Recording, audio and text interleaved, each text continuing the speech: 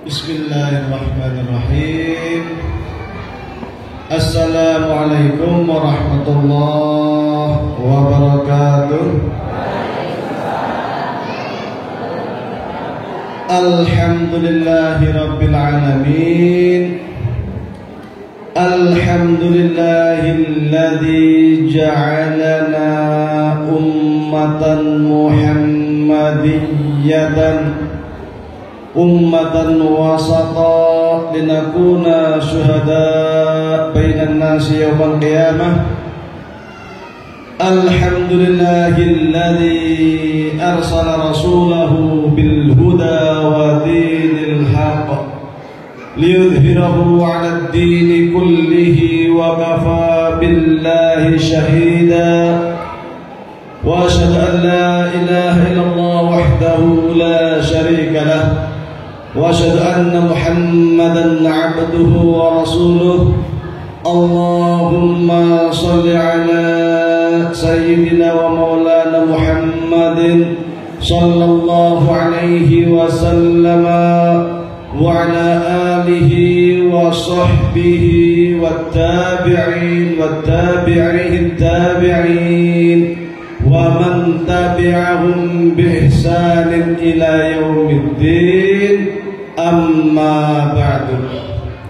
Yang kami hormati Ketua Pimpinan Cabang Muhammadiyah mana? Pamicara. Mohon maaf susah di lidah. Yang kami hormati Pimpinan Ranting Muhammadiyah Ciasmara. Yang kami hormati anggota DPR RI dari PAN DPRD. Oke, DPRD. Yang kami hormati Kepala Desa apa tadi ya? Cias apa tadi? Ciasihan. Cias, ada Cias ya? Satu Cihan, satu Mata gitu kan. Ya. Mohon maaf saya nggak bisa bahasa Sunda ya.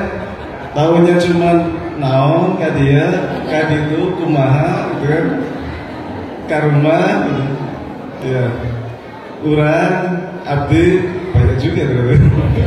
Ya. Jadi pakai bahasa Indonesia saja karena nggak bisa bahasa Sunda. Luar biasa ini musyawarah ranting tapi luar biasa. Ya. Karena ranting saya itu banyak juga 10 kakak. Itu sudah Aisyah sama Muhammadiyahnya sama pemudanya sama IRR-nya 10 kakak. Maka ketika saya melihat seperti ini luar biasa. Kita kalau musyawarah mau musyawarah nanti tinggal giliran aja. Nah sekarang kalian besok kamu besok kita aja 10 kakak. Untuk pengurus saja kurang. Ya, jadi luar biasa di sini apa ranting tetapi guyup ramai, amal usahanya banyak, TK PAUD-nya punya, SD-nya punya, SD TMI, TMI ya, nah, SMP atau SMTS, Masya Allah, SMA juga ya, luar biasa. Pada pesantren, oh belum, ya, luar biasa ini ranting tapi sudah punya banyak sekali amal usaha. Memang Muhammadiyah itu punya sifat nyah-nyoh, gampang untuk beramal soleh. Di mana-mana Muhammadiyah itu selalu berlomba-lomba untuk beramal soleh, menyisihkan sebagian hartanya untuk kemaslahatan kaum muslimin. Kalau bukan karena Muhammadiyah, di Indonesia ini umat Islam Indonesia ini sudah dilepas oleh kristenisasi. Coba selain Muhammadiyah yang punya rumah sakit sebanyak Muhammadiyah, ormas mana? Yang punya sekolahan universitas sebanyak Muhammadiyah mana? Yang punya TK, SMP, SMA sebanyak Muhammadiyah mana? Nggak ada. Kita itu dari Sabang sana sampai Merauke, sampai ke pelosok-pelosok teman saya, yang namanya teman saya itu di lereng gunung ketinggian 1175. Kalau naik kanan kiri itu jurang. Maka kalau ke tempat saya itu teman-teman biasanya sambil gini, la ilaha illallah, la ilaha illallah. Kalau jatuh sudah pikir. Kalau tiba-tiba sak gitu kan, loncat kemana gitu ke jurang terjun itu sudah la ilaha illallah. Iya, tapi di sana itu ada Muhammadiyah. Itu saya 10 kakak naiknya lagi, masa lebih tinggi lagi. Di situ Muhammadiyahnya punya MTS, punya MI, punya TK, punya pesantren tinggi sekali. Saya pernah ke Kali Anggrek lebih tinggi lagi. Kali Anggrek itu di Magelang sana, itu kisaran 2000 ketinggian. Itu wah tinggi sekali. Tapi yang punya pesantren, punya amal usaha luar biasa. Itu Muhammadiyah, hebat Muhammadiyah itu. Kalau bukan karena Muhammadiyah, habis kita digerus oleh agama lain, dan kita yang menjaga. Muhammadiyah yang menjaga.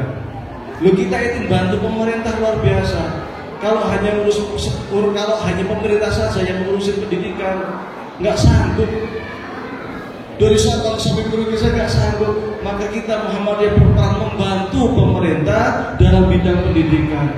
Kalau hanya soal kesehatan bertumpu pada pemerintah saja nggak sanggup. Maka Muhammadiyah punya peran dari Sabang sampai Merauke sana mendirikan lembaga-lembaga kesehatan. Luar biasa Muhammadiyah. Dan Muhammadiyah saat ini itu bukan hanya di Indonesia. Di Mesir sana ada Muhammadiyah. Di Malaysia sudah mulai belajar. Universitas Muhammadiyah Malaysia. Hebat. Di Australia sana punya sekolah Muhammadiyah. Sekolah Muhammadiyah Australia. Sekarang BWN Jawa Timur belinya nggak main-main, beli gereja. Beli gereja. Di mana? Di Spanyol. Karena gerejanya nganggur, dibeli oleh Muhammadiyah untuk apa? Dijadikan sebagai pusat dakwah Muhammadiyah di Spanyol. Hebat Muhammadiyah, tepuk tangan.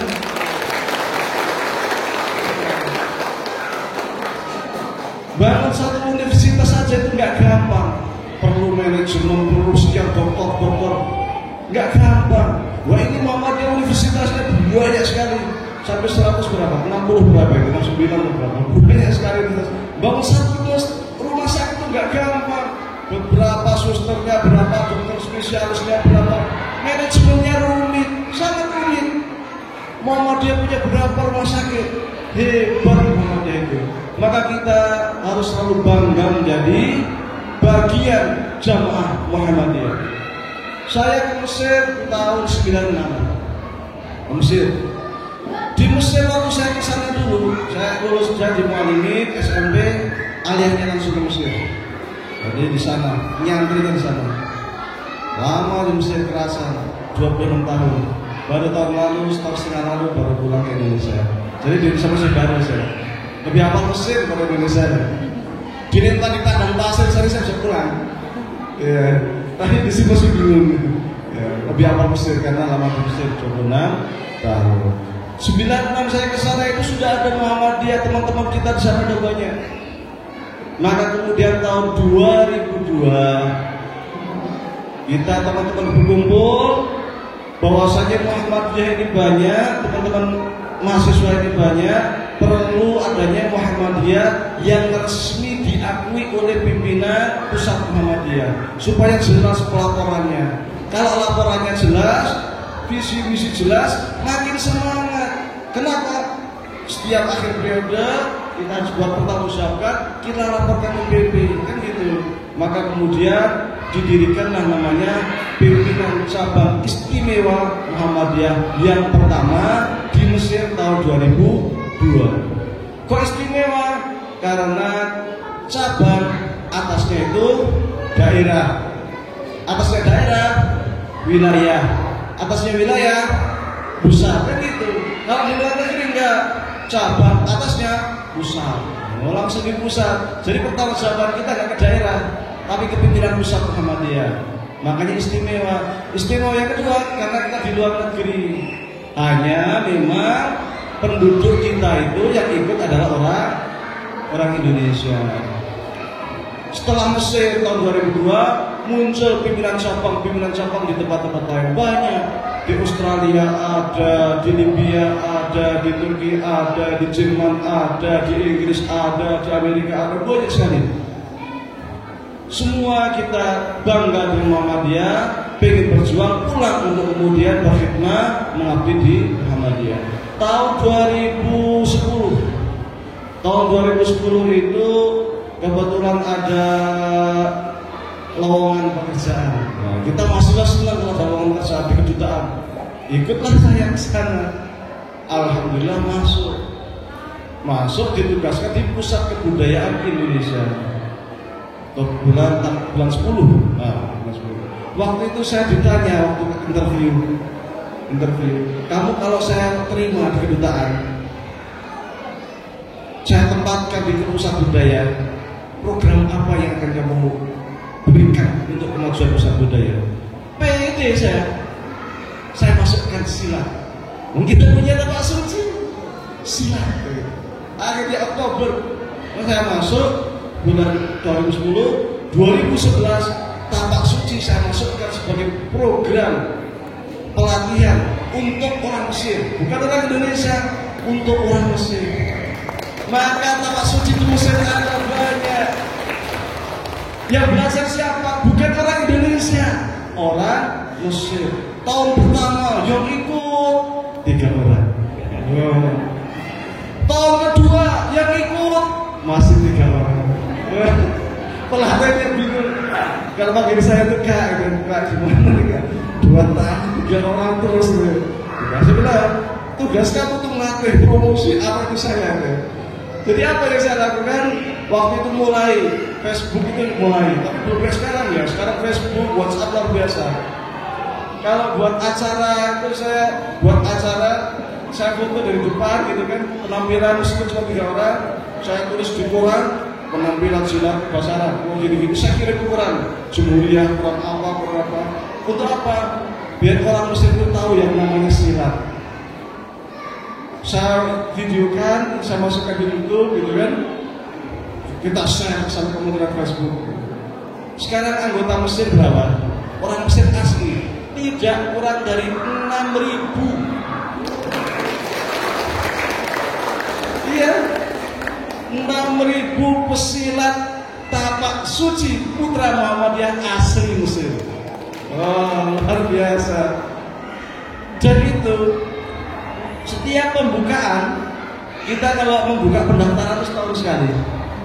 Pendaftaran kita paling butuh 120 orang, 200 orang itu karena tempatnya nggak cukup kalau terlalu banyak. Yang daftar nggak nyampe seminggu pendaftaran, yang daftar lebih dari 1.500. Luar biasa. Padahal yang dibutuhkan hanya 200. Nggak nyampe seminggu udah kita tutup pendaftaran. Akhirnya kita interview siapa yang pengen ikut seminggu. Luar biasa. Jadi kita buat turnamen tapak suci putra Muhammadiyah 2 tahun sekali kita buat turnamen. Akhirnya tidak hanya berkembang di Kairo, berkembang juga di beberapa provinsi di luar Kairo. Di antara yang kita lakukan untuk promosi silat itu apa? Saya dulu sebulan sekali 2 kali keliling Mesir. Telepon gubernur mana? Ada kerjasama dengan kantor gubernur, kita bikin pentas budaya. Join sana menampilkan 5 tarian, kita 5 tarian, maka kita bawa. Nanti soal panggung, lighting, apa macam-macam urusan kantor gubernur. Nanti yang datang gubernur bersama jajarannya. Kalau gubernur datang, wah full, selalu full. Yang namanya aula 1000 tempat duduk itu full.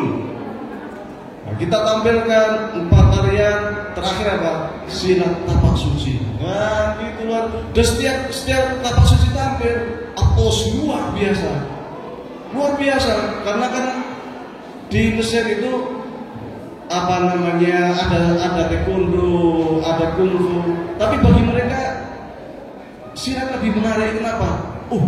Negara Islam ternyata punya bela diri ya. Ada ya di negara Islam, taunya akan Cina, Korea, Jepang kan gitu. Ini negara Islam ada ternyata. Maka mereka nyebutnya apa? silat al-islami, silat Islam. Keren.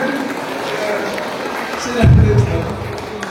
Menarik. Kita tampilkan, apalagi kalau sudah atraksi gitu kan. Kalau sudah atraksi topik bawa apa? Golok, tutup mata, apa namanya? Batik itu apa namanya itu? Semangka taruh di perut orang gitu kan, kayang gitu, tutup matanya, diputar dulu baru mau ini kan. Wah, ramainya minta udah teriak-teriak duluan gitu kan. Iya, karena gak pernah ada di Mesir. Atraksi model-model gitu, taekwondo, kungfu apa tuh mereka gak ada atraksi. Kita ada atraksi pakai besi ya, besi yang panjang itu, taruh di sini berdua itu gini, sat, bengkok, itu seru. Padahal itu kan main taktik saja gitu kan. Main taktik itu ya. Tapi bagi mereka serunya minta amin tuh. Wah, main mesti aplausnya luar biasa. Dan kita main yang kolosal. Minimal 10 pesilat atau 12. Itu rame itu seru. Datang itu pembukaan salto dengan musik kita ya, musik silat itu. Luar biasa. Tapak suci digemari di Mesir. Dan yang mereka tertarik dengan tapak suci adalah bahwa ternyata tapak suci itu bukan hanya belajar bela diri, tetapi juga mengajari akhlak. Ya. Karena kalau mereka belajar taekwondo, belajar kungfu dan sebagainya, masuk latihan selesai pulang, masuk latihan selesai pulang, selesai. Kita enggak masuk sebelum latihan kita doa bersama dulu, sahabat apa macam-macam kan. Kita kultum 7 menit, baru kita latihan, waktunya sholat jamaah di lapangan bareng-bareng, selesai sholat lanjut latihan.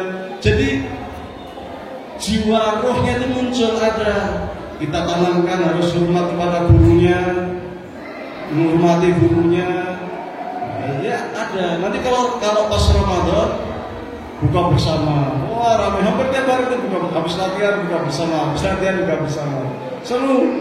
Kalau ada yang sakit, semuanya ikut nengok, wudhu, ramai-ramai itu kita nengok, bergelombang, ya.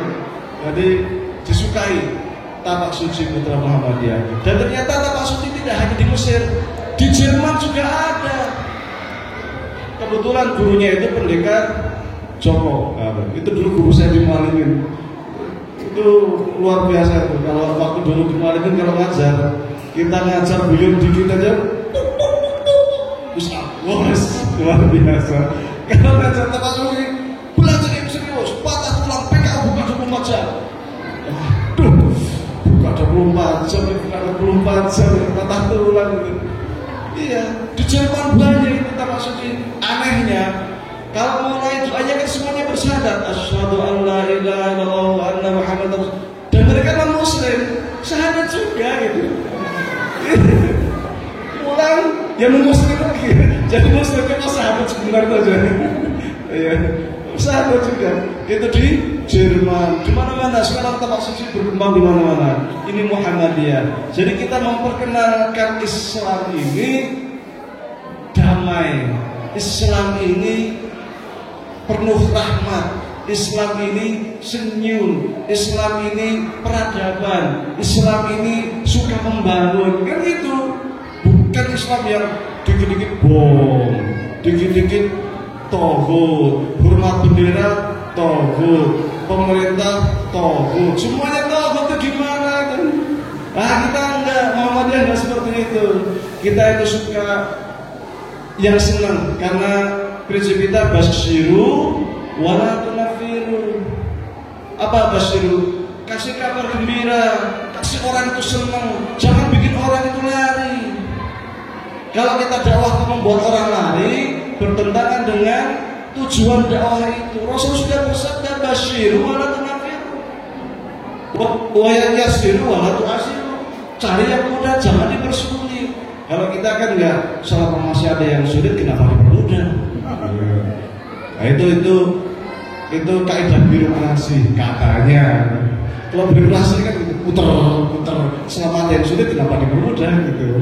Kalau kita selama ada yang mudah, jangan dipersulit, cari yang mudah, buat orang senang, jangan buat orang susah. Makanya tadi kita senang kita dengarkan nyanyi, NA-nya nyanyi, kan gitu.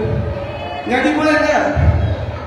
Boleh selama sesuai dengan koridor syariah. Maka kalau ada seumpama jamaah Muhammadiyah, wah main musik haram, berarti dia belum pernah membaca fatwa tarjih. Nyanyi haram, berarti belum pernah baca fatwa tarjih. Setiap ada acara kita nyanyi kok, sang surya tolak sinar syahadat dua mulia. Ya kan gitu, ya. Penyanyi kita IPM juga punya mas, NA punya, Aisyah punya. Nah kalau gitu kok ngaku dari Muhammadiyah nyanyi musik haram.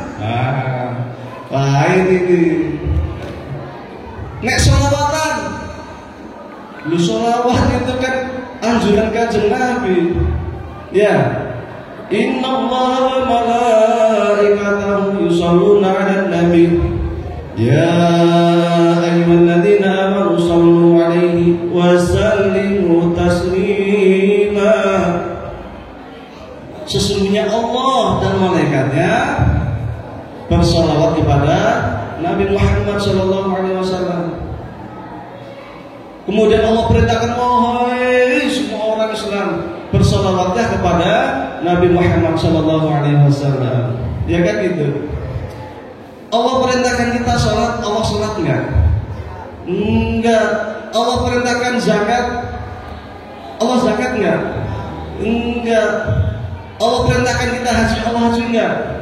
Enggak. Allah perintahkan kita bersalawat, Allah baca salawat enggak? Baca salawat. Allah langsung ya ngasih contoh. Malaikat baca salawat enggak? Baca salawat. Maka Muhammadiyah itu tidak anti salawat. Membuka di pembukaan HP itu juga pakai salawat. Allahumma sholli ala Muhammad. Sallallahu ala Muhammad. Sallallahu alaihi wasallam. Sallallahu ala Muhammad. Sallallahu alaihi wasallam. Ya, sholawat.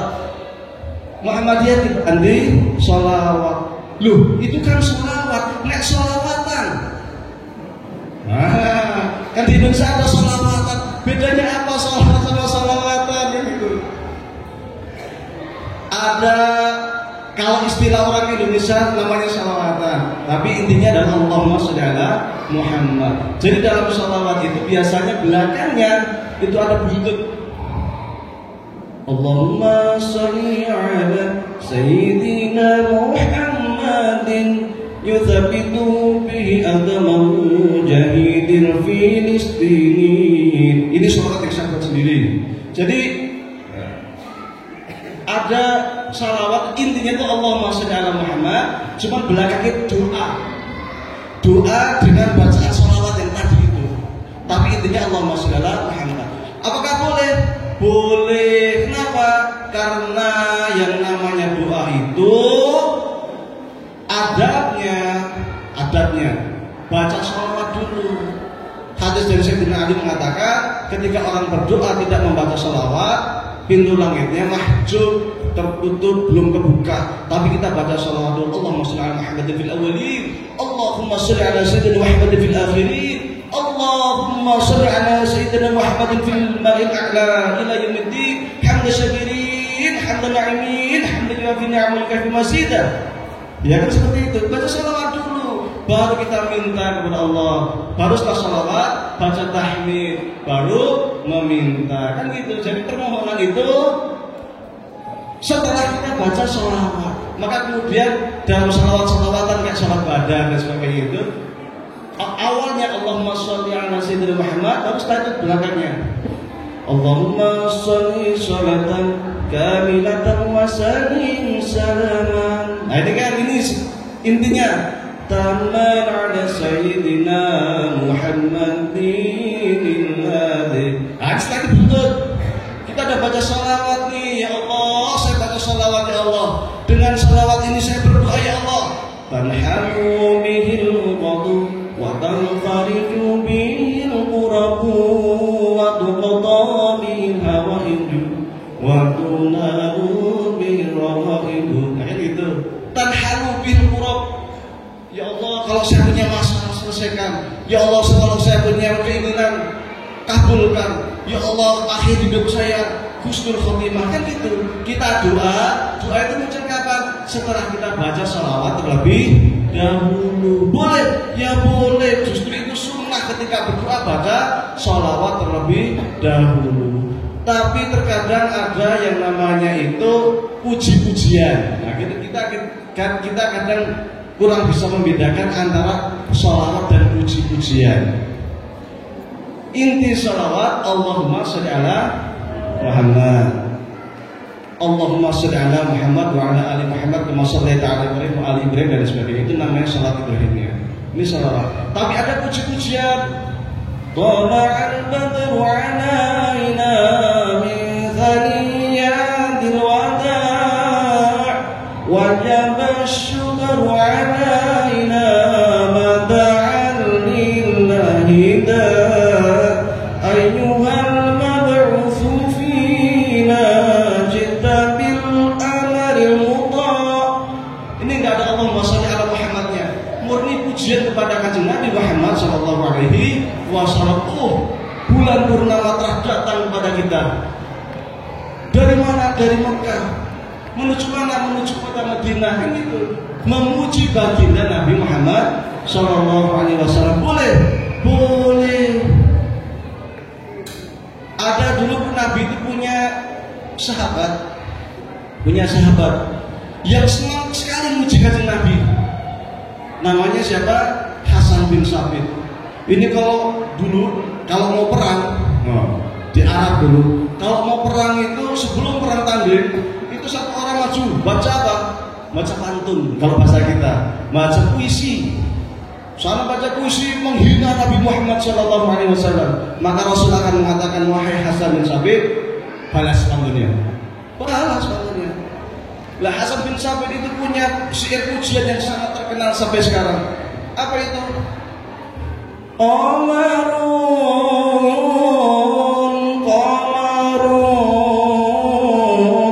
Qamarun sidnan Nabi qamarun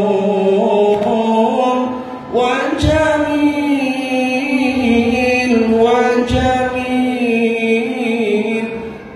jamil sidnan Nabi wa jamil. Apa qamarun? Bulan.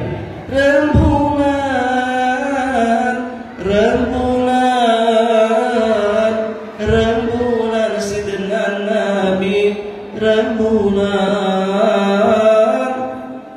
yang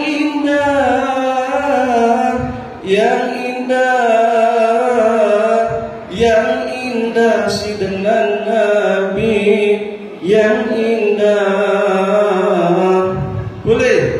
Boleh bahasa Arab boleh bahasa Indonesia juga boleh. Rasulullah dalam mengenangmu kami susuri lembaran sirahmu, pahit getir perjuanganmu membawa cahaya kebenaran. Ya gitu. Nah, bedanya di bahasa Indonesia yang tolak betul itu bahasa Arab. Dua-duanya boleh. Berpahala enggak? Pahala. Kenapa pahala? Karena kita mengikuti sunnah. Lu kok sunnah? Sunnah itu adalah satu apa yang dikatakan oleh kanjeng Nabi Muhammad SAW. Itu namanya sunnah. Ya.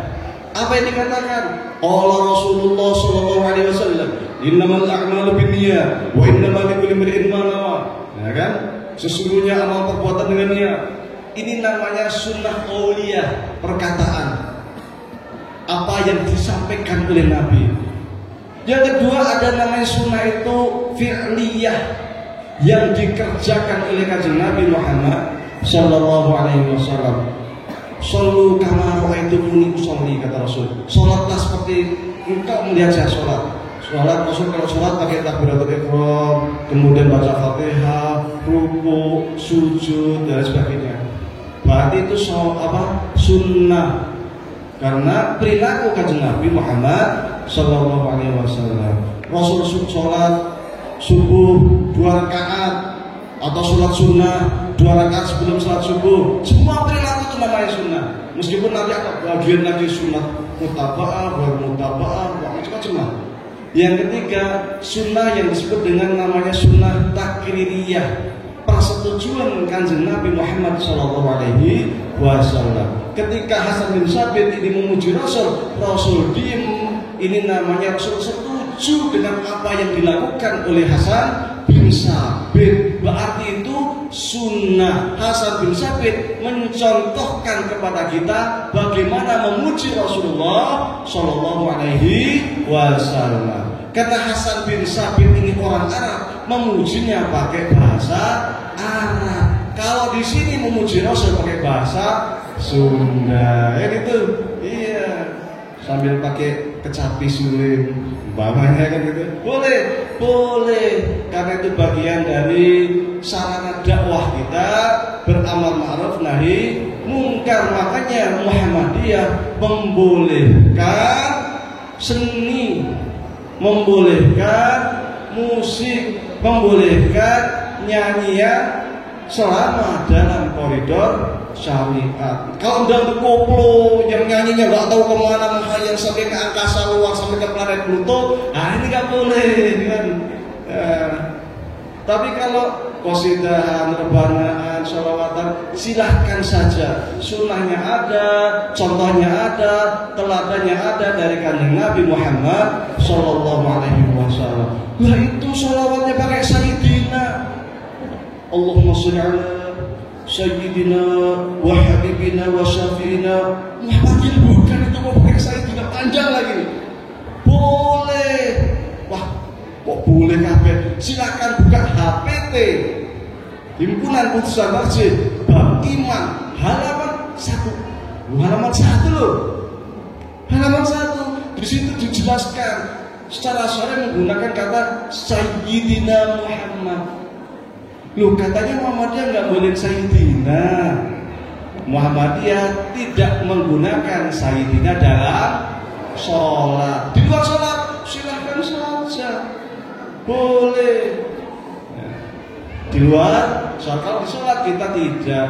Kalau yang pakai monggo kerso silahkan, yang memakai Sayyidina silahkan. Kita tidak boleh menyalahkan. Loh, kok nggak disalahkan? Ya, karena yang kita pegang itu namanya yang rojih menurut kita. Apa itu rojih? Pendapat yang kuat menurut kita. Tapi menurut orang lain belum tentu kuat. Bisa jadi menurut dia yang kuat yang pakai Sayyidina, karena mereka juga punya sandaran. Kita sandarannya ada. Al-aslu fil ibadah at-ta'abbud wal ittiba. Dalam usul fikih, prinsip ibadah itu ta'abbud, mengikuti kanjeng Nabi Muhammad Sallallahu Alaihi Wasallam. Rasul bilang, "Shollu kama ra'aitumuni usolli," sholatlah kamu seperti saya sholat. Rasul tidak pakai Sayyidina, kita nggak pakai Sayyidina. Apalagi Rasul mengatakan, "La tusayyiduni fi sholat," meskipun hadisnya lama, jangan baca Sayyidina dalam sholat. Gitu. Wah, maka kita pegang. Yang sebelah enggak gitu. Rasul itu pernah mengatakan, "Ana sayyid ibni Adam." Saya ini sayyidnya ibnu Adam. Padahal Rasul sendiri itu sudah mengatakan saya ini sayyid. Nah, itu kan di luar sholat. Kalau di dalam sholat masa kayak gitu. Di dalam sholat juga boleh. Kenapa? Karena al-adab muqaddamun 'alal ittiba'. Ini kaidah usul. Adab, sopan santun itu harus didahulukan daripada kita ittiba, mengikuti apa yang dikatakan oleh Rasulullah SAW. Kok bisa? Emang ada contohnya? Ada. Dulu waktu Sulhul Hudaybiyah itu apa? Perjanjian Hudaybiyah itu Rasulullah mengatakan, menulis Muhammad Rasulullah Sallallahu Alaihi Wasallam. Muhammad Rasulullah. Orang Quraisy nggak mau tanda tangan, nggak mau. Saya nggak mau tanda tangan, kami nggak mau tanda tangan. Loh kenapa? Di situ tertulis Rasulullah. Loh kalau tertulis kalau kita tanda tangan artinya kita ngakui kau sebagai Rasul. Loh kalau kami ngakui kau sebagai Rasul, ngapain kita pertempuran, konfrontasi, perang? Nggak mau ada Rasulullah. Rasul ngomong ke sahabat, Rasul itu buta huruf. Yang kata Rasulullah mana ya? Tanya ke Abu Bakar, tolong dihapus. Abu Bakar nggak mau, enggak. Ali tolong itu yang kata Rasulullah hapus, nggak mau. Umar nggak mau. Semua sahabat nggak mau. Apakah sahabat membangkang? Apakah sahabat ingkar sunnah? Apakah sahabat itu anti terhadap perintah Nabi Muhammad SAW? Tidak. Tapi mereka sopan santun. Ya Rasulullah, ini kata Rasul itu izzah. Ini nilainya tinggi bagi kita. Masa kita hapus? Gak mau, saya nggak sanggup untuk menghapus itu.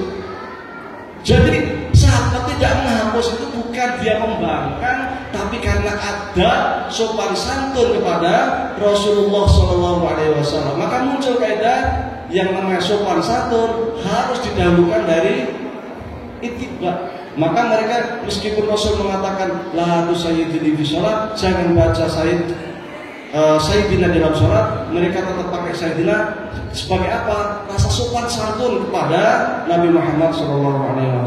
Orang Jawa kalau ketemu orang yang lebih tua panggilnya apa?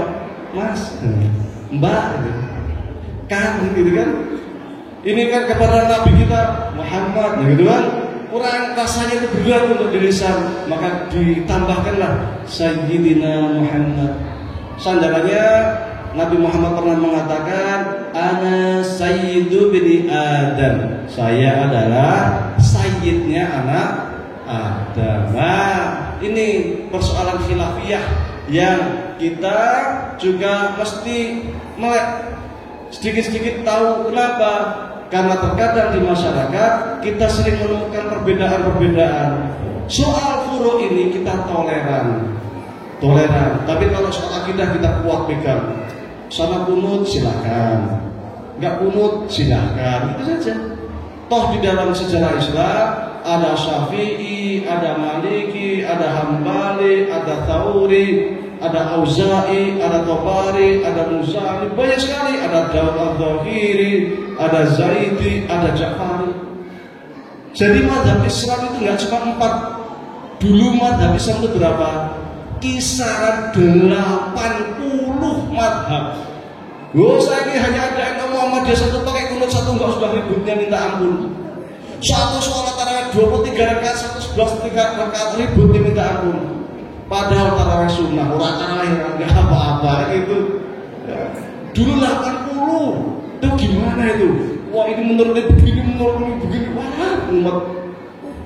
Tapi biasa saja karena fikih toleran.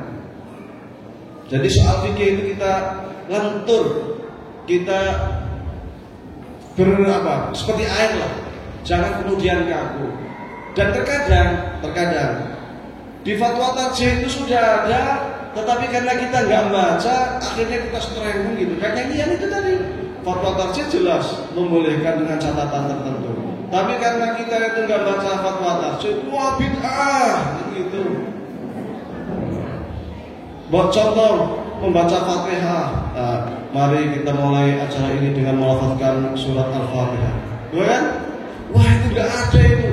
Lo nggak buka ADART Muhammadiyah. Coba buka ADART Muhammadiyah. Pembukaannya juga pakai Fatihah. Gitu. Sayyidina. Lo HPT halaman 1 pakai Sayyidina. Nah ini persoalan. Kita sudah streng, sudah ngotot-ngotot, ternyata fatwa tarjih nggak kayak gitu. Ternyata HPT nggak kayak gitu. Kenapa bisa terjadi demikian? Karena kurangnya sosialisasi produk-produk Majelis Tarjih Muhammadiyah. Atau, ini yang penting lagi, karena kita ini krisis kader, krisis ulama, krisis dai Muhammadiyah. Jadi sekarang ini akan kita jargonnya kan kita arruju ila Quran wa sunnah. Kita kembali ke Quran sunnah kan gitu. Quran sunnah pakai bahasa Arab. Sekarang di sini yang bisa bahasa Arab ngacung. Kan gitu. Iya. Kita rujuk ke Quran Sunnah, tapi banyak dari kita yang nggak bisa bahasa Arab.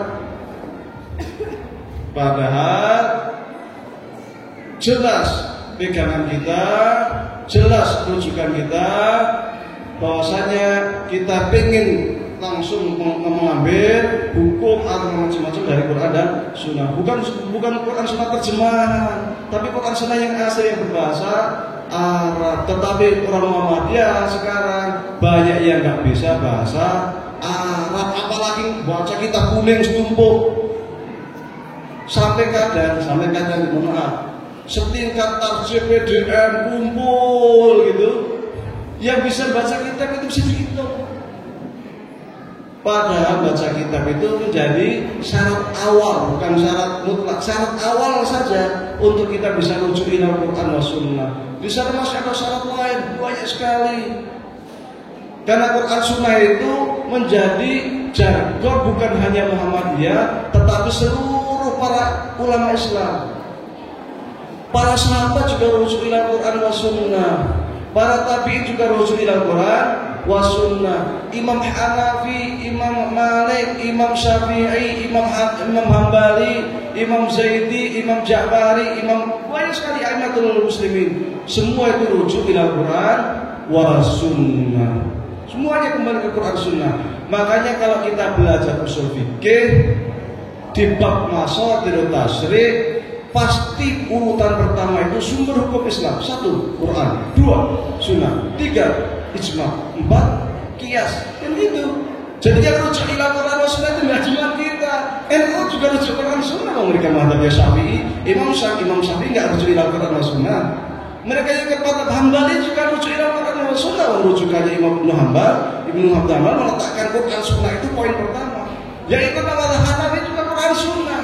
Jadi semua kaum muslimin ini sesungguhnya selama kita mengikuti para ulama muktabar, ulama yang dapat dipegang pandangannya, pendapatnya, kita semua itu rujuk ila Quran wa Sunnah. Cuma kadang kita itu salah kaprah, salah paham, dikiranya rujuk ila Quran wa Sunnah itu berarti kita langsung ada persoalan, ambil Quran, kita cari solusinya, kita cari apa hukumnya. Enggak kayak gitu. Tidak sesederhana itu. Lo Imam Hanafi untuk rujuk ila Quran wa Sunnah sampai ada namanya usul fikih Hanafi. Imam Syafi'i sampai nulis kitab Ar-Risalah, kitab usul fikih yang kemudian dikembangkan oleh murid-muridnya. Imam Haramain dengan kitab Al-Burhannya, Imam Ghazali dengan Al-Mustasfanya, kemudian ada Imam Razi dengan Al-Mahsulnya, dan lain sebagainya. Muncul kitab-kitab usul fikih. Untuk apa usul fikih itu? Sebagai metodologi ijtihad, supaya ketika ijtihad kita itu dapat dipertanggungjawabkan secara ilmiah. Untuk apa? Rujuk ila Al-Quran wa Sunnah, kembali kepada Al-Quran dan Sunnah. Jadi ada metodologi ijtihadnya, ada usul fikihnya yang harus dikuasai bagi siapapun yang hendak kembali kepada Al-Quran dan Sunnah Rasulullah Sallallahu Alaihi Wasallam.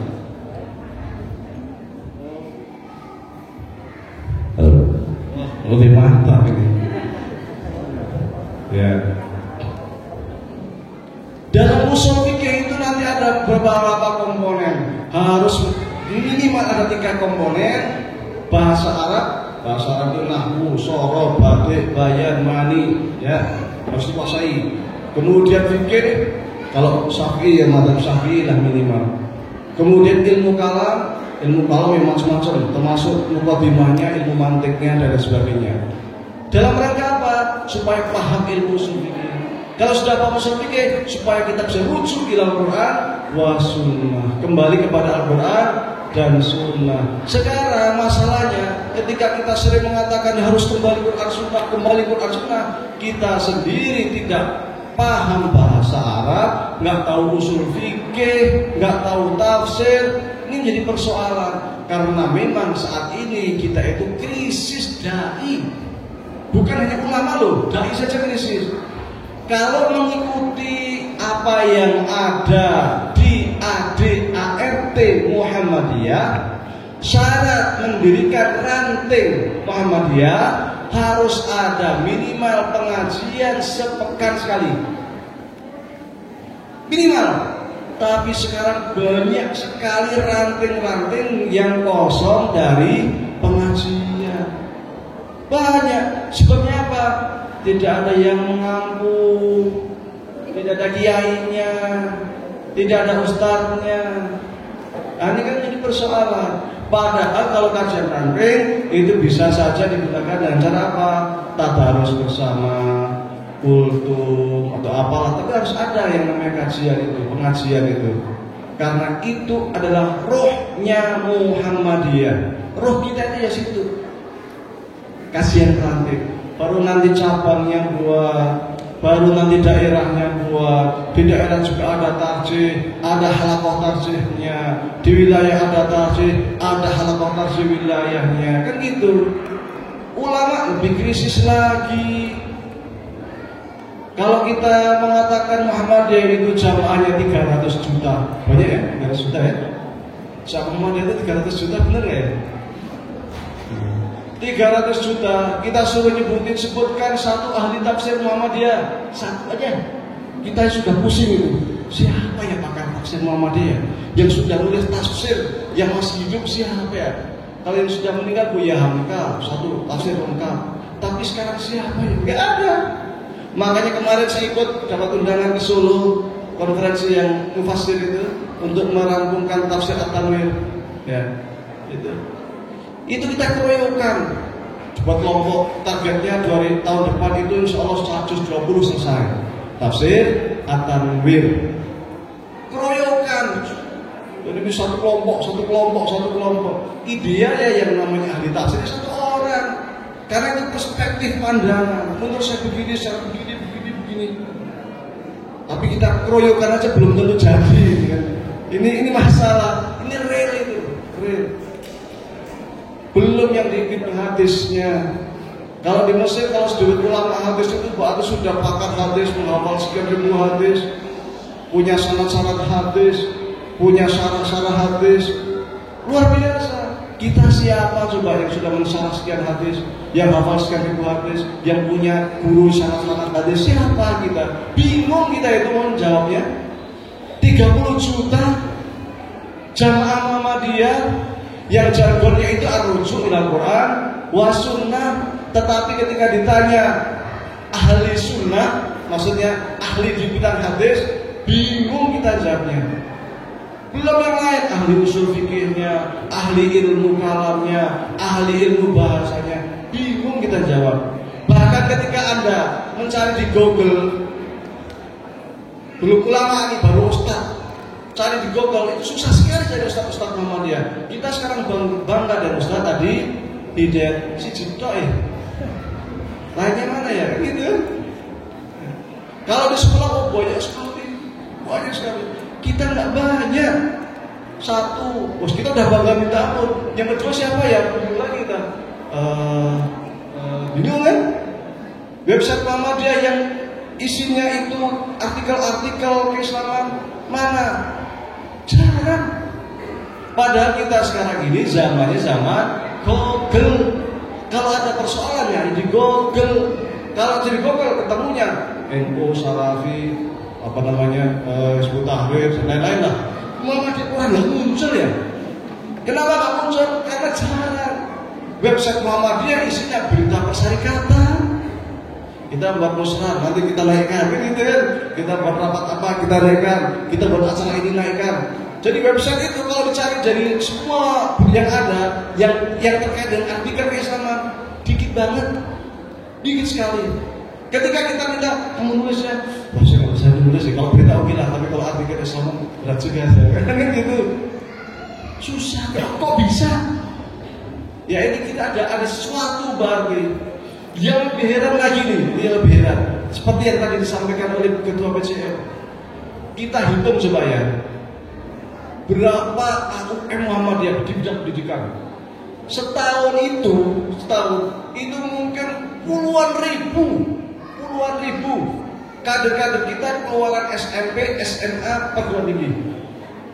Mestinya kita kadernya melimpah ya. Setiap tahun mestinya kita itu kalau musran apa rame ya mestinya. Tapi karena apa yang jadi ketua itu aja, yang di pengurus itu aja, kalau rapat yang datang itu aja. Berarti ada sesuatu yang salah gitu. Dari mana? Dari sisi kaderisasi, dari sisi pendidikan. Kalau saya terang-terangan biasanya sekolah Muhammadiyah, ya memang dia itu untuk siapa saja silahkan masuk di sekolah Muhammadiyah. Tetapi doktrin ke-Muhammadiyahan itu harus tetap ada. Doktrin orang Muhammadiyah biar dia itu menjadi Muhammadiyah. Saya pengalaman di Mu'alimin, baru masuk Mu'alimin 3 hari, kemudian kita ada pengenalan siswa baru, langsung ketua IPM. Nah, dulu namanya IKM, Ikatan lupa saya. IKM namanya, keluarga Muhammadiyah tadi. Di doktrin kalian adalah santri madrasah Mu'alimin Muhammadiyah. Kalian harus menjadi Islam militan, menjadi Muhammadiyah yang militan, Muhammadiyah tahan banteng, kemanapun, dimanapun ditempatkan kalian harus menjadi penggerak Muhammadiyah. Di doktrin, dan itu bukan sekali 2 kali, sering. Kalian ini kaget, akhirnya tertanam. Makanya sampai sekarang Mu'alimin itu di mana-mana santrinya penggerak. Pendiri PCN Kairo di antaranya apa? Mu'alimin. Termasuk saya. Libya, Mu'alimin. Amerika, Mu'alimin. Turki, Mu'alimin. Sudan, Mu'alimin. Inggris, Mu'alimin. Karena di doktrin kalian itu harus jadi kader militan, kader yang tahan banteng, kader Muhammadiyah, kemanapun kembali Muhammadiyah, kan gitu. Jadi kita punya sifat memiliki. Doktrin itu tidak selamanya jelek. Doktrin itu ada baiknya juga gitu. Supaya kita kita nggak lari masuk ke Muhammadiyah, pergi pada anaknya keluarga Muhammadiyah, tapi nggak ikut di kajian Muhammadiyah, nggak bau Muhammadiyah. Ini persoalan. Jadi doktrinisasi di sekolah-sekolah Muhammadiyah itu bukan hanya buruk, itu perlu untuk apa? Menumbuhkan militansi di Muhammadiyah supaya kader kita itu kuat balik ke Muhammadiyah. Bukan hanya ketika hendak menjabat menjadi anggota dewan ditulis saya dulu pernah sekolah di Muhammadiyah. Wah, pengen dipilih. Itu biasanya juga nggak pernah datang di Muhammadiyah. Ketika mau menjadi anggota dewan baru saya dulu pernah lahir di rumah sakit Muhammadiyah. Wah, di Muhammadiyah dibawa-bawa. Jadi itu, ya karena melihat ini Muhammadiyah potensi suaranya banyak kan gitu. Kita hanya dimanfaatkan. Supaya tidak dimanfaatkan ya doktrinisasi. Dibuat sesuai itu bangga dengan Muhammadiyah. Ya. Dibuat sesuai itu senang dengan Muhammadiyah. Kenal dengan Muhammadiyah, bukan hanya pelajaran untuk Muhammadiyah. Pelajar Muhammadiyah, berdiri Muhammadiyah, nanti dapatin ya, nanti usia ini keluar nih, ini keluar. Ya nggak ada pengaruhnya. Kalau pengajian Muhammadiyah di bawah santrinya, siswanya yuk kita ikut pengajian Muhammadiyah. Ada hari di Muhammadiyah di bawah, gitu. Jadi siswa-siswanya di bawah kegiatan-kegiatan Muhammadiyah. Ya kalau sebulan sekali, 2 bulan sekali, insya Allah tidak akan mengurangi mapel lah. Bukan mengurangi mapel, tapi santri siswa itu jadi, saya pernah ikut kesini, saya pernah ikut kesini, kan senang gitu. Kalau enggak ya beberapa orang yang kelas 6 saja, yang kelas 3 saja, yang kelas berapa saja, kan itu digilir. Tapi mereka diajak dengan kegiatan Muhammadiyah, biar mereka itu merasakan, kayak gini ya, jadi panitia dilibati jadi apa. Ada keterlibatan. Itu penting. Jadi doktrin terjun langsung itu sangat penting. Kemudian juga bagi pengurus Muhammadiyah, terutama pengurus kajian Muhammadiyah itu jangan lupa untuk membawa kader ciliknya. Punya anak 3 tahun, bawa. Punya anak masih baby, bawa. Yang 5 tahun yang misalnya lari kemari, nanti makan permen di sini lari kepleset jatuh, ketawa aja pada bawa, tidak masalah. Karena itu akan menjadi memori, menjadi ingatan ketika mereka besar nanti, bahwa saya dulu diajak oleh bapak saya sering ikut ngaji di Muhammadiyah. Meskipun saya cuma main-main, tapi saya sering diajak. Tertanam. Kalau tertanam, akhirnya mengenal Muhammadiyah. Justru yang seperti ini yang jadi. Kader yang selalu dibawa oleh bapaknya ngaji, dibawa kemana, ini yang sering jadi. Tapi kalau kita sibuk dakwah, mengajak orang lain ke Muhammadiyah, tapi anaknya sendiri nggak pernah diajak dalam kegiatan-kegiatan Muhammadiyah, ya nanti anak nggak jadi. Banyak sekali kasus. Pengurus Muhammadiyah, anaknya tidak aktif sama sekali di Muhammadiyah. Itu banyak sekali. Maka solusinya, ajak anak bawa ke pengajian Muhammadiyah. Nanti guyon, nggak apa-apa guyon. Daripada di rumah main HP, daripada main naik motor pergi kemana. Nah ini kan, daripada nanti malah pacaran, repot lagi. Mending diajak ke pengajian Muhammadiyah. Untuk mengatasi krisis kader, yang bisa dilakukan diantaranya adalah dengan mengirimkan kader ke pesantren Muhammadiyah. Karena kita krisis dai dan krisis ulama, kader itu jangan menunggu. Kader itu dibuat by design, dibuat.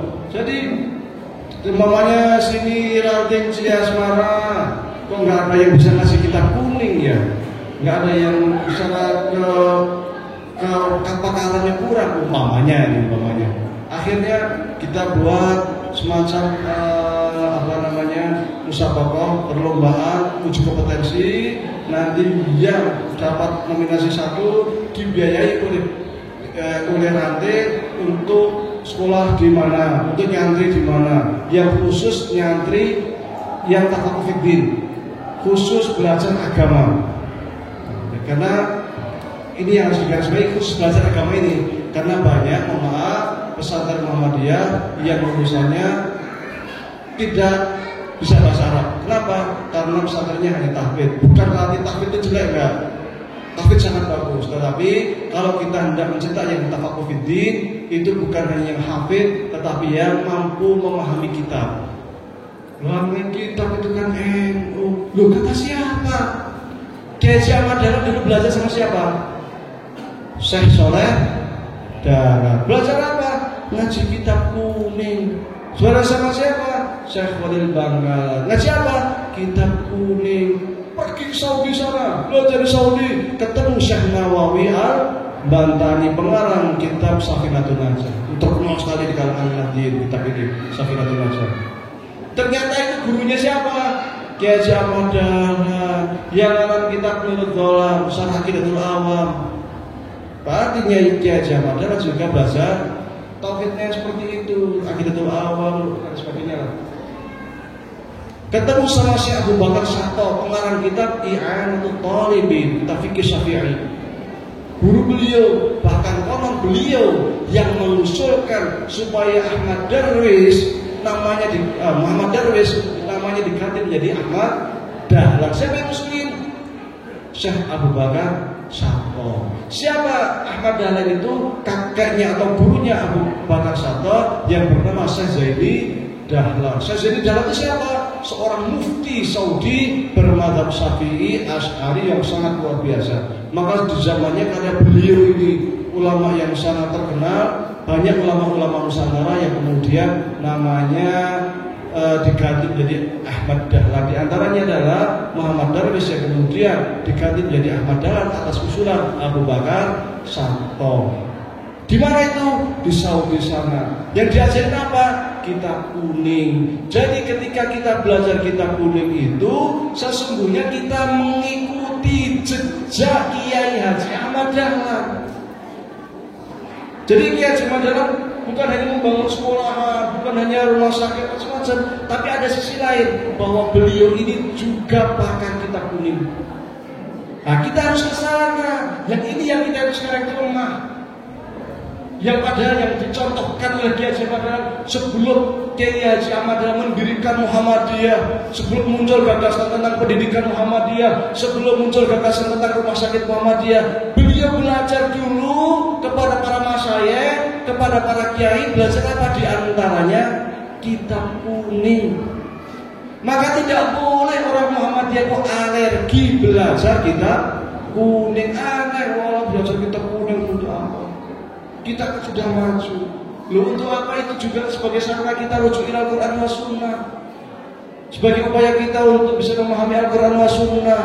Mau nggak mau akan ke sana. Maka ulama-ulama yang luar biasa itu rata-rata menguasai kitab kuning. Di antaranya Buya Hamka. Bisa dibaca buku-bukunya beliau yang sangat luar biasa. Karena bacaan kitab kuningnya sangat luar biasa. Buya Hamka. Teladan bagi kita juga Buya Yunahan, Allah yarhamu. Luar biasa penguasaan kitab kuningnya. Lagi kita perlu meniru, meneladani mereka. Kalau sekarang sudah atau belum ada yang mampu, yang sanggup, maka satu kader, dua kader diutus nyantri di pesantren-pesantren yang memang di sana khusus untuk belajar kitab kuning. Dibiayai. Nanti setelah selesai pulang ke Ranting, jagani Ranting, menjadi kiai kampung di Ranting, standby selalu bersama jamaah, ngopeni jamaah. Kadang ini yang luput dari kita itu. Maka jangan kaget. Jangan kaget ketika jamaah Muhammadiyah itu ngajinya ke tempat lain.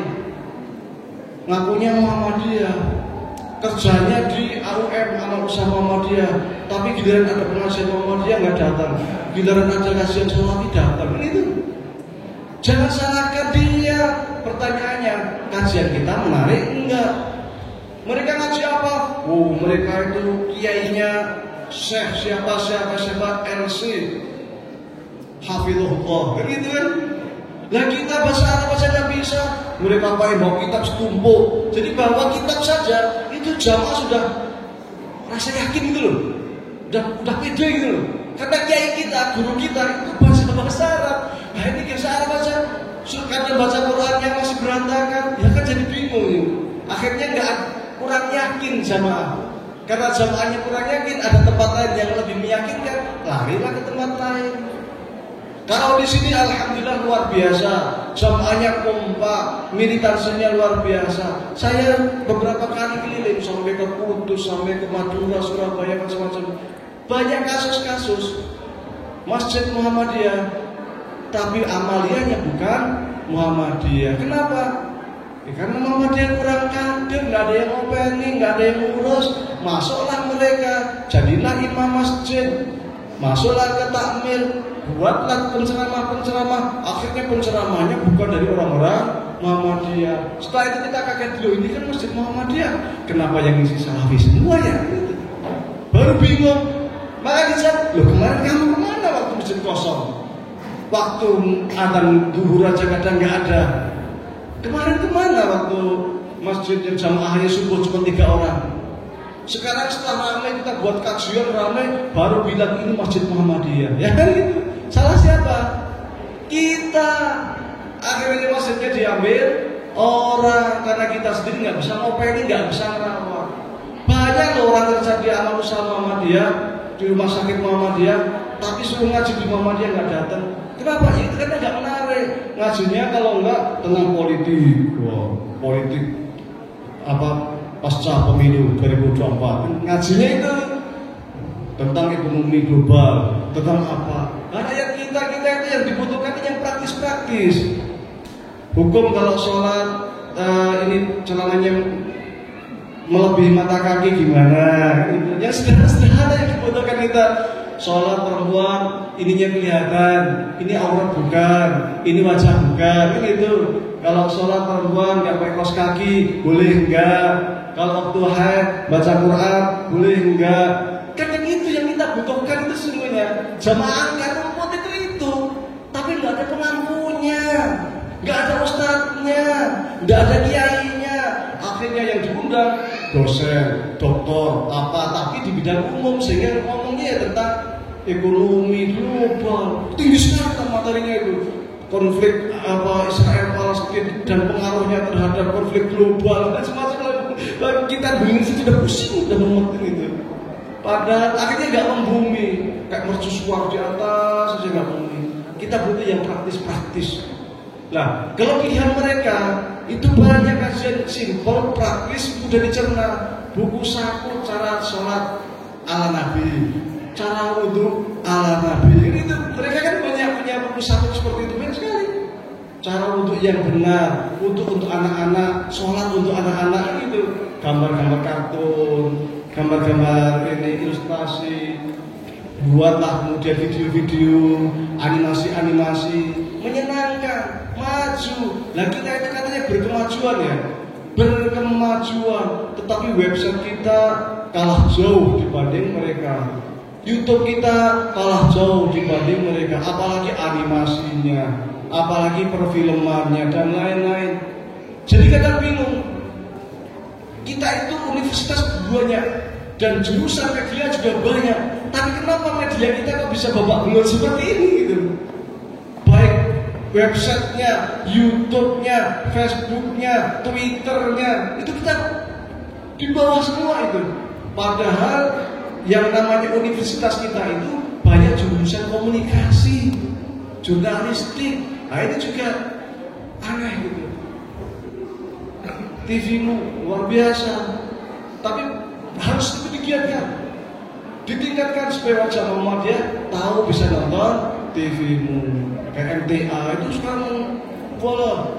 Kita nggak apa-apa mengambil pelajaran dari orang-orang dari kelompok lain. Bukan hal yang tabu untuk kita mengambil pelajaran dari kelompok lain yang baik-baik. Untuk kita kemudian kita adopsi, kita kembangkan supaya kita lebih baik, supaya kita itu semakin berkemajuan. Bukan hanya kita bangga berapologi, Muhammadiyah kan hebat, rumah sakitnya banyak, ininya banyak. Krisis ulama, siapa bilang krisis ulama? Itu pakar fisika, itu pakar biologi, itu ulama semua. Jadi bohong kalau orang ada mengatakan ini krisis ulama. Ulama itu kan ada ulama agama, ada ulama saintis. Oke lah kita lemah di ulama agama, tapi ulama saintis kita banyak. Itu apologi namanya. Tidak mau menerima kelemahan. Ya memang benar kita saintis banyak, sosial banyak, tapi yang dibilang agama itu justru ini yang sangat vital. Karena ini yang jagai amal usaha Muhammadiyah, yang akan menanamkan roh jiwa ke Muhammadiyahnya ini para kiai-kiai yang tanpa COVID ini. Kalau kiainya yang menjaga ini nggak ada, nanti Muhammadiyah itu seperti PGRI, hanya kumpulan ormas biasa. Padahal kita kan bukan ormas biasa. Amar ma'ruf nahi munkar, rujuk ilal Quran wa sunnah. Kita itu punya pandangan keagamaan, punya produk tarjih. Tarjih produknya luar biasa banyak, tapi jarang ataupun banyak yang tidak sampai ke bawah. Sederhana saja. Di sini yang punya HPT angkat tangan. 1, 2, 3, 4, katakanlah 10 lah. 10. Padahal HPT itu yang pegangan kita. Yang punya buku fatwa tarjih, nah, itu lebih banyak nggak punya lagi. Yang punya buku fikih anti korupsi, nggak ada yang punya kan? Ini produk tarjih semua itu. Fikih air. Nah, ini kita di amal usaha Muhammadiyah, perpustakaannya wajib ada buku produk tarjih, wajib langganan Suara Muhammadiyah, wajib langganan majalah tabligh, kan gitu. Loh itu roh kita loh. Yang mau beli siapa kalau bukan kita? Kalau kita nggak beli minimal amal usahanya, sekolahnya langganan majalah Suara Muhammadiyah, AUM-nya langganan majalah Suara Muhammadiyah, kan gitu. Perpustakaannya ada, seluruh produk tarjih ada, nanti dikaji bareng-bareng, satu bab, atau buat acara bedah buku. Sekarang buku fikih kebinekaan, fikih anti korupsi, besok fikih air, besok risalah Islam berkemajuan, besok lagi cara hidup Islami warga Muhammadiyah, dan lain sebagainya. Sehingga kita jadi, oh ini loh produk tarjih, kita kenal dengan produk kita sendiri. Karena seringkali orang Muhammadiyah nggak tahu produk Muhammadiyah. nggak baca produk Muhammadiyah, sehingga kita rujukannya kemana? Syekh bin Baz, Syekh Utsaimin, Syekh Al-Albani. Loh, kita ada majelis takjid buat apa? Sekali muktamar takjid hanya ingin memutuskan apakah sholat subuh pakai kunut apa enggak. Itu dananya miliaran. Sewa hotel, putusan dari daerah, putusan wilayah, itu miliaran itu. Setelah selesai masuk perpustakaan, lupa kita, rujukan kita justru ke Saudi. Lalu untuk apa itu? Bukan kita itu tidak boleh merujuk ke ulama lainnya, sangat-sangat boleh. Tetapi sebagai warga Muhammadiyah, sebagai jamaah Muhammadiyah, rujukan kita sebelum ke para masyayikh ya produk tarjih itu. Maka sangat aneh kemudian ada jamaah Muhammadiyah, kemudian Idul Fitri menyelisihi majelis tarjih, ikut Saudi, padahal sudah ada keputusan dari Muhammadiyah. Ini kan aneh. Yang dibahas soal cingkrang dan tidak cingkrang, soal jenggot dan tidak jenggot, padahal di fatwa tarjih sudah ada. Kenapa bisa terjadi? Karena kita tidak membaca fatwa dari majelis tarjih Muhammadiyah. Ini keprihatinan yang perlu kita sosialisasikan, perlu kita cari solusinya, perlu dibumikan. Supaya apa? Supaya produk-produk tarjih itu juga membumi, diketahui bersama. Karena produk tarjih itu bagian dari ideologi Muhammadiyah, bagian dari ideologi Muhammadiyah. Loh, kalau kita Muhammadiyah ini sendiri nggak tahu produk tarjih itu, siapa yang membaca produk tarjih? Jangan berharap orang lain, jangan berharap jamaah lain. Ya kita ini.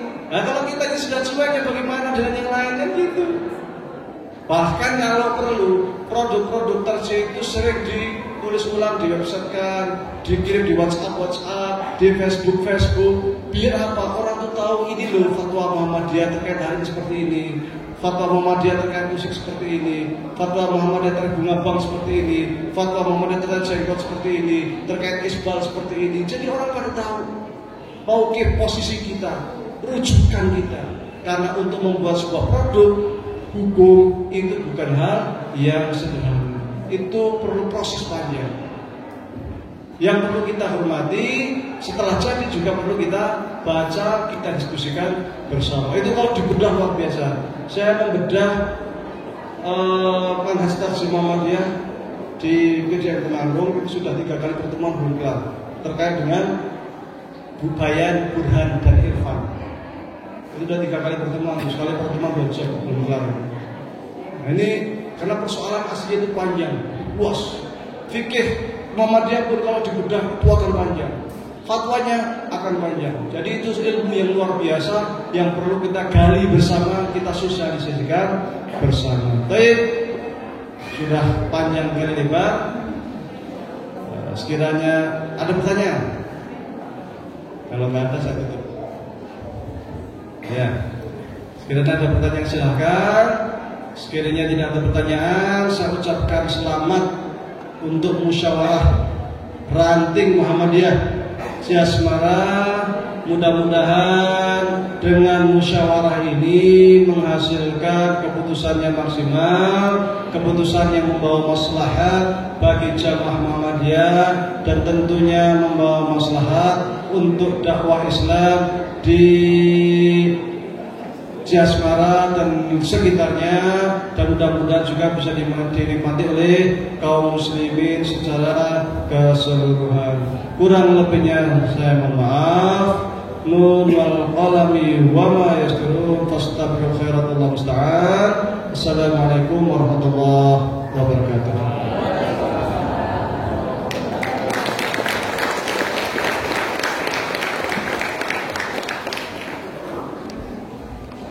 Terima kasih kepada beliau yang telah menyampaikan tausiahnya, dan semoga bermanfaat bagi kita semua. Hadirin yang kami hormati, acara demi acara telah selesai. Kini tiba saatnya pada acara yang terakhir yang dipenutup. Mari kita tutup acara pengajian musyawarah ranting gabungan Ciasmara dengan mengucap lafaz hamdalah. Saya Muhammad Fadil Hidayah. Dan saya Neng Fitra Fauzia. Kami sebagai Master of Ceremony pamit undur diri. Nun wal qalami wa ma yasturun. Wassalamualaikum warahmatullahi